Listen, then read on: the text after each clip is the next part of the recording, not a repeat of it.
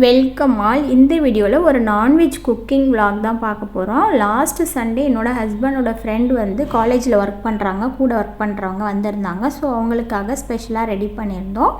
அதுவும் இல்லாமல் நாங்கள் வந்து வீக்லி வந்து 2 டைம்ஸ் வந்து நான்வெஜ் எடுப்போம். Sunday and Wednesday. Remaining Tuesday, Thursday, Friday, Saturday 4 நாள் வந்து நாங்கள் கம்பல்சரி விரதம் நான்வெஜ் சாப்பிட மாட்டோம். மற்ற நாள்லையுமே வந்து சண்டே அண்ட் வெனஸ்டே மட்டும் தான் ரிமைனிங் டேஸ். அதுலேயுமே ஏதாவது பிரதோஷம் அந்த மாதிரி விரதம் நாட்கள் வந்துருச்சுன்னா அப்போ வந்து நாங்கள் யூஸ் பண்ண மாட்டோம். ஸோ சண்டே வந்து மேக்ஸிமம் கம்பல்சரி நான்வெஜ் இருக்கும்.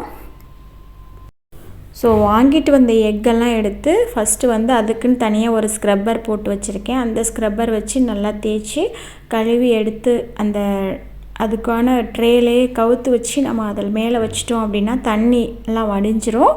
வடிஞ்சதுக்கப்புறம் ஃப்ரிட்ஜில் வந்து நம்ம ஸ்டோர் பண்ணிக்கலாம். அதெல்லாம் பண்ணி முடிச்சுட்டு அதுக்கப்புறம் வெங்காயம், தக்காளி இதெல்லாமே ரெடி பண்ணிக்கிறேன். பிரியாணிக்காக சிக்கன் பிரியாணி செய்யலான்ட்டு இருக்கேன் இன்றைக்கி. ஸோ அதனால் அதுக்கும் ரெடி பண்ணிக்கிறேன்.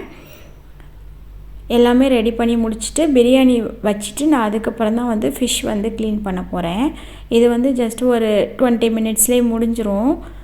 தம் போட்டு விட்டுட்டோம் அப்படின்னா அந்த கேப்பில் வந்து ஃபிஷ் வந்து க்ளீன் பண்ணிக்கலாம். ஸோ அதனால் நான் இந்த தம் போடுற வரைக்கும் உள்ள ஒர்க்கெல்லாம் பண்ணி வச்சுட்டு போகலான்ட்ருக்கேன். ஸோ எண்ணெயெல்லாம் ஆட் பண்ணிவிட்டு இப்போ கொஞ்சம் நெய்யை ஆட் பண்ணிக்கிறேன். ஆட் பண்ணிவிட்டு பிரியாணி மசாலா கொஞ்சம் தனியாகவே நான் அரைச்சி வச்சுருக்கேன். அதையும் ஒரு 3 ஸ்பூன் ஆட் பண்ணிக்கிறேன். ஆட் பண்ணிவிட்டு இஞ்சி பூண்டு விழுது வந்து அரைச்சி எடுத்து வச்சுருக்கேன் இல்லையா, ஸோ அதையும் ஆட் பண்ணிக்கிறேன்.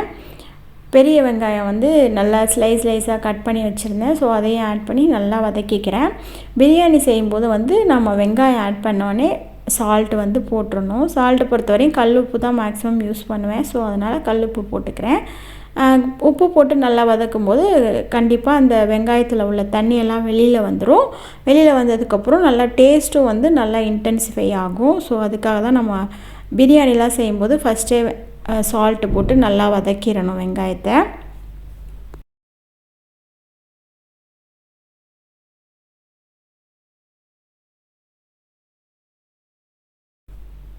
ஸோ வெங்காயம் வந்து இப்போ நல்லா வதங்கிருச்சு. இப்போ நம்ம தேவையான க்ரீன் ஸ்பைசஸ் எல்லாமே ஆட் பண்ணிக்கலாம். பச்சை மிளகாய் வந்து தேவையான அளவுக்கு ஆட் பண்ணிக்கிறேன். கொஞ்சம் எக்ஸஸாகவே கட் பண்ணி ஆட் பண்ணிட்டேன். ஏன்னா மிளகாத்தூள் கம்மி பண்ணிவிட்டு நம்ம பச்சை மிளகாயாக ஆட் பண்ணும்போது நமக்கு பிரியாணி நல்லா டேஸ்ட்டு கொடுக்கும். அதோடு சேர்த்து மல்லி இலை, புதினா எல்லாமே ஆட் பண்ணிவிட்டேன். ஓரளவுக்கு நல்லா வதங்கினதுக்கப்புறம் தக்காளியும் சேர்த்துக்கிறேன். இப்போ எல்லாமே நல்லா வதங்குற அளவுக்கு வந்து நம்ம நல்லா வதக்கிக்கலாம்.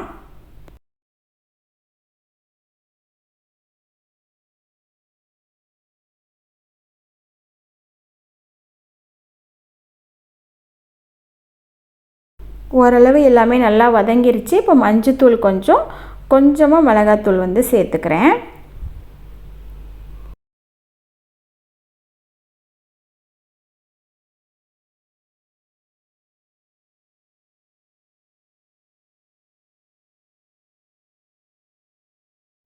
ஸோ இப்போ எல்லாம் வதங்கி முடிஞ்சிச்சு. ஸோ சிக்கன் வந்து நான் மேரினேட் பண்ணலை. ஏன்னா வாங்கிட்டு வந்தது உடனே வந்து நான் ஸ்டார்ட் பண்ணிட்டேன் இல்லையா ஒர்க்கை. ஸோ அதனால் நான் மேரினேட் பண்ண எனக்கு டைம் கிடையாது.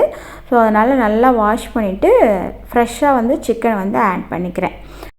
இப்போ இந்த மசாலா கூடலாம் நல்லா மிக்ஸ் ஆகி அது ஃபுல்லாக அந்த மசாலாலாம் உள்ளே வந்து நல்லா சாறுற அளவுக்கு நல்லா வந்து இதை வந்து மூடி போட்டு லிட்டு போட்டு நம்ம நல்லா சிம்லேயே வச்சு நல்லா வேக விட்டோம் அப்படின்னா, மேரினேட் பண்ணலை அப்படின்னாலும், அதாவது நம்ம பிரியாணி செய்யறதுக்கு 1/2 hour முன்னாடியே மேரினேட் பண்ணி வைக்கலைனாலும் இது வந்து நல்லா அப்சார்ப் ஆகிக்கும். சிம்மில் போட்டு நல்லா ஒரு 20 மினிட்ஸ் விட்டுறணும்.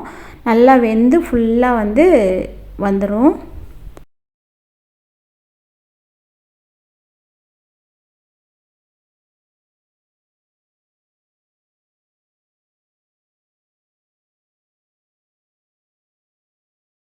ஸோ இப்போ பார்த்திங்கன்னா தெரியும், நல்லாவே எல்லாமே நல்லா ஃபுல்லாக அப்சார்ப் ஆயிடுச்சு சிக்கனுக்குள்ளே.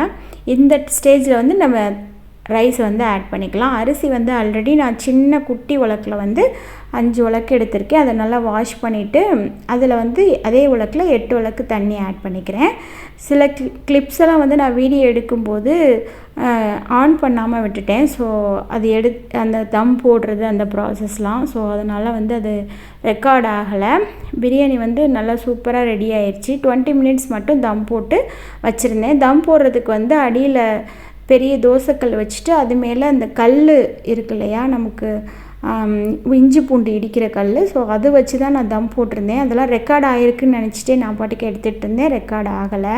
பட் பிரியாணி ரொம்ப டேஸ்ட்டாக வந்துருந்துச்சு. அதை எடுத்துகிட்டு தனியாக இன்னொரு பாட்டுக்கு மாற்றிட்டு ஃபிஷ் வந்து இப்போ ஃப்ரை பண்ண ஆரம்பிச்சிருக்கேன். இந்த பக்கம் வந்து ஃபிஷ்ஷு ஃப்ரை ஆகிட்டுருக்கு. இன்னொரு சைடு வந்து நான் காடைக்கு வந்து கிரேவி ரெடி பண்ணலான்னு எல்லாமே ரெடி பண்ணிகிட்ருக்கேன். ஸோ வேலை கொஞ்சம் அதிகமாக இருந்ததுனால எனக்கு பாப்பா கொஞ்சம் வீடியோ எடுத்து கொடுத்தாங்க. காடை வந்து ஆல்ரெடி 65 மாதிரி நல்லா ட்ரை ஃப்ரையாக பண்ணிடலான்னு நினச்சேன். அதுக்கப்புறம் தான் சரி கிரேவி மாதிரி பண்ணிடுவோம் அப்படின்ட்டு கிரேவியாகவே பண்ணிட்டேன். சிக்கன் ஆல்ரெடி கொஞ்சம் குழம்பு நான் ஆல்ரெடி ரெடி பண்ணி வச்சுட்டேன்.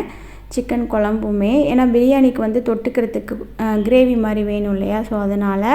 பட் காடையை வந்து நம்ம பிரியாணிக்கு தொட்டுக்கிட்டா அந்தளவுக்கு நல்லா இருக்காது. ஸோ அதையும் நல்லா ஃப்ரையாக ரெடி பண்ணிடலான்னு பிளான் பண்ணி அதை தனியாக பண்ணிகிட்ருக்கேன். காடையை பொறுத்தவரை நல்லா வாஷ் பண்ணிவிட்டு தேவையான சைஸில் வந்து கட் பண்ணிவிட்டு மேரினேட் பண்ணி வச்சுருக்கேன். எல்லா மசாலாவுமே ஆட் பண்ணி ஆல்ரெடி நான் மேரினேட் பண்ணி வச்சுருக்கேன். ஸோ அதனால் அது நல்லா ஊறிடுச்சு. ஸோ சைட் பை சைடாக அதையும் ரெடி பண்ணிக்கிறேன். இதோடு சேர்த்து ஒயிட் ரைஸ், ரசம், காய் எல்லாமே ரெடி பண்ணிடலான் இருக்கேன். வேலை கொஞ்சம் அதிகமாக இருந்தனால பாப்பா எனக்கு ரொம்ப ஹெல்ப் பண்ணாங்க. இடையில வந்து இந்த தயிர் பச்சடிக்கு வந்து வெள்ளரிக்காய் ரெடி பண்ணுறதுக்கு வெள்ளரிக்காயெல்லாம் ஃபுல்லாகவே கட் பண்ணி தான் பாப்பா தான் கொடுத்தாங்க. அதோட பெரிய வெங்காயம் நான் ஆல்ரெடி கட் பண்ணி வச்சுருந்தேன். ரெண்டையும் சேர்த்து தயிர் பச்சடியும் செஞ்சு முடிச்சிட்டேன். இதுக்கப்புறம் ரசம் வச்சுட்டு ஒயிட் ரைஸும் வச்சுட்டேன்.